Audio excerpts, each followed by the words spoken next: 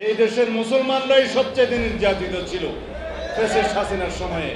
এদেশের আলেম সমাজরাই সবচাইতে নির্যাতিত ছিল ফ্যাসিস্ট হাসিনার সময়ে। সুতরাং আমাদেরকে লক্ষ্য রাখতে হবে, ইসলামের শিক্ষা অনুযায়ী বাংলাদেশে আমরা সবাই হিন্দু, বৌদ্ধ, খ্রিস্টান, মুসলমান সবার মধ্যে একটা একতা, সবাই যেন আমরা সিটিজেন হিসেবে এই দেশে বসবাস করতে পারি। আমাদের মধ্যে যেন সাম্প্রদায়িক সম্প্রীতির কোনো সময়ের কোনো বিঘ্ন না ঘটে, কোনো শক্তি যেন আমাদের মধ্যে সাম্প্রদায়িক বীজ বপন না করে দিতে পারে। এদেশে যারা মুসলিম, যারা সংখ্যালঘু হিসেবে পরিচিত, তাদেরকে যেন আমরা সংখ্যালঘু না বলি, আমরা সাংবিধানিকভাবে সকল নাগরিককে যেন নাগরিকই বলি, সবাই যেন সাংবিধানিকভাবে সিটিজেন হিসেবে এই দেশে বসবাস করতে পারি, সেই রকম একটা আবহাওয়া পরিবেশ আমাদেরকে নিশ্চিত করতে হবে।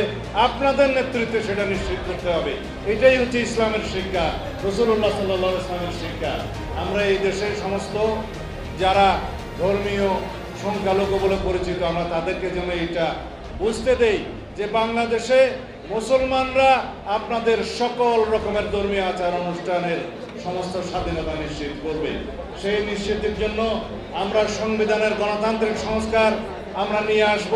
সমস্ত সাংবিধানিক এবং গণতান্ত্রিক প্রতিষ্ঠানকে এইভাবে শক্তিশালী করতে হবে যাতে বাংলাদেশের কোনো রকমের কোনো সিটিজেনের শুধুমাত্র ধর্মীয় পরিচয়ে কাউকে নির্যাতিত না হতে হয়, শুধুমাত্র অন্যান্য কোনো ধর্ম, জাতি, গোষ্ঠীর পরিচয়ে যেন বাংলাদেশে কারো উপরে কোনো রকমের পক্ষপাতিত্ব না করা হয়।